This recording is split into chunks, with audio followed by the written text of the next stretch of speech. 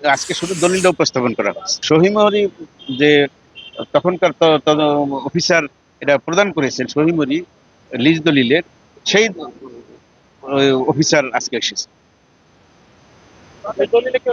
না, আজকে ওখানে কোনো কতদিনে শেষ হবে এটা তো আমরা বলতে পারি না। আমরা তো আদালতকে সহায়তা করতেছি, আমাদের আদালতের নির্দেশনা মোতাবেক আমরা আমাদের সাক্ষ্য উপস্থাপন করতেছি।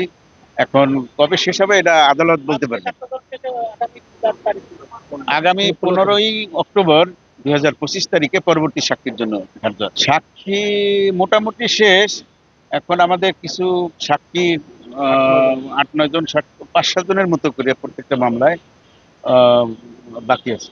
5-7 জন। 2টি মামলার সাক্ষী হয়েছে, যার একটি মামলার প্রধান আসামি সাবেক প্রধানমন্ত্রী শেখ হাসিনা এবং আরেকটি মামলার প্রধান আসামি সজীব ওয়াজেদ জয়। এই 2টি মামলায় আজকে 164 ধারায় জবানবন্দি রেকর্ডকারী 2জন ম্যাজিস্ট্রেট এসেছিলেন।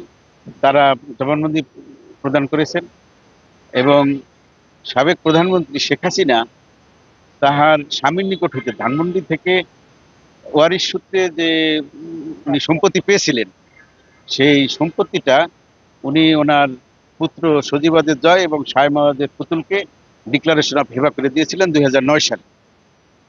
ওই হেবানামা সংক্রান্ত দলিল বসুন্ধরা ডায়াপেন্ট এখন আরো উন্নত। এই হট এয়ার থ্রো টপশিট দ্রুত শোষণ করে সোনামণিকে দেয় কোমল অনুভূতি। এবং গণপূর্ত গৃহণ মন্ত্রণালয় সজীব ওয়াজেদ জয়, শায়মা ওয়াজেদ পুতুল এবং শেখ হাসিনার নামে যে নামজারি সংক্রান্ত যে কাগজপত্র, ওই কাগজপত্র সংক্রান্ত ডকুমেন্টগুলো আজকে দাখিল করা হয়েছিল এবং ওই সংক্রান্ত সাক্ষী এসেছে।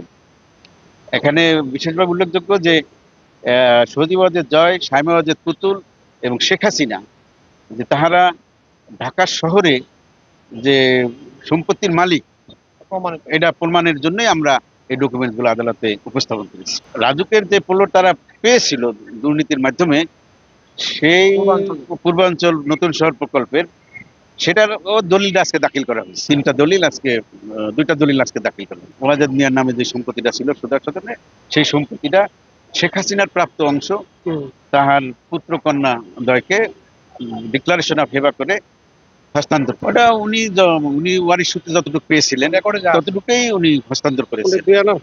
2 আনা হিসাবে উনি যতটুকু পেয়েছিলেন ততটুকুই উনি হস্তান্তর করেছেন।